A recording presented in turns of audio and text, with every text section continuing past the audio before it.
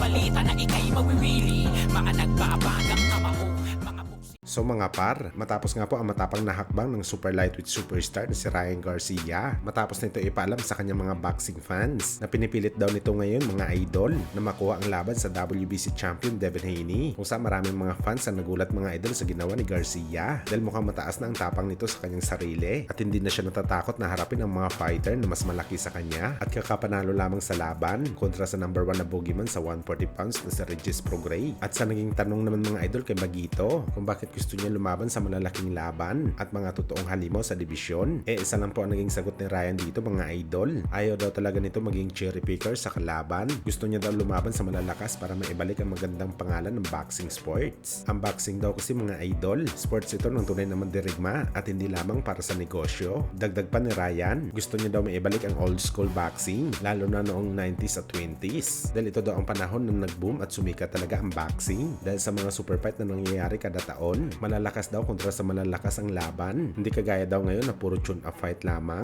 Sobrang obsessed daw si Garcia mga idol sa mga boxer kagaya ni Roberto Duran, Marvin Hagler, Julio Cesar Chavez at syempre si Manny Pacquiao. Basta daw lahat na lumalaban sa 90s. Mga matatapang talaga na fighter na talagang gusto ni Ryan Garcia gumaya sa kanila. Well, kung matatandaan yung mga idol ang sinabi ni Bagito dati na hindi niya daw naging idol si Manny Pacquiao dahil sa record na tinala nito sa boxing. Lalo na ang pagiging 8th Division World Champion nito. Sobrang idolo niya daw si Boss Manny dahil sa tapang nito nakakaiba sa lahat. Yung tipong walang takot pag may laban palag kaagad sa bakbakan. Kaya dahil daw dito nakilala si Pacman na isa sa mga GOAT ng boxing sports. Kaya ito daw ang gagawin ni Ryan Garcia sa kanyang boxing career.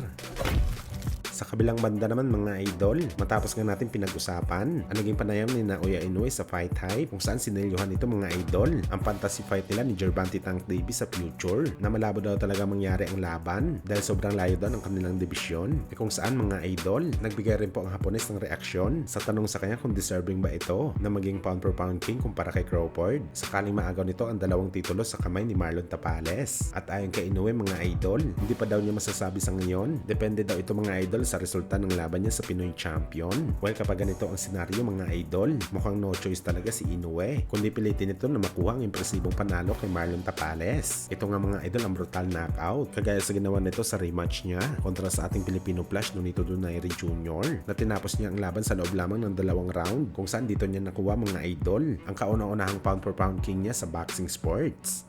Samantala sa bagong interview naman po mga idol ni Marlon Tapales, alam nito na marami daw sa atin ang ayaw maniwala na matatalo niya sa laban si Inoue. Subalit malaki pa rin daw ang kanyang tiwala na madadali talaga nito si Inoue sa bakbakan dahil pinagandaan daw talaga nito ng matagal ang kanilang laban. Subalit ngayon pa man daw mga idol, malaki din ang tiwala ni Marlon Tapales na may babagsak talaga sa laban nila ni Inoue. Hindi niya alam kung sino pero isa daw sa kanilang dalawa ang gagapang sa lona. Ibig sabihin nito mga idol na kagaya ng Japanese Monster, target din po ni Marlon Tapales na ibigay kay Inoue ang unang knockdown o knockout nito sa kanyang kartada sa boxing sports.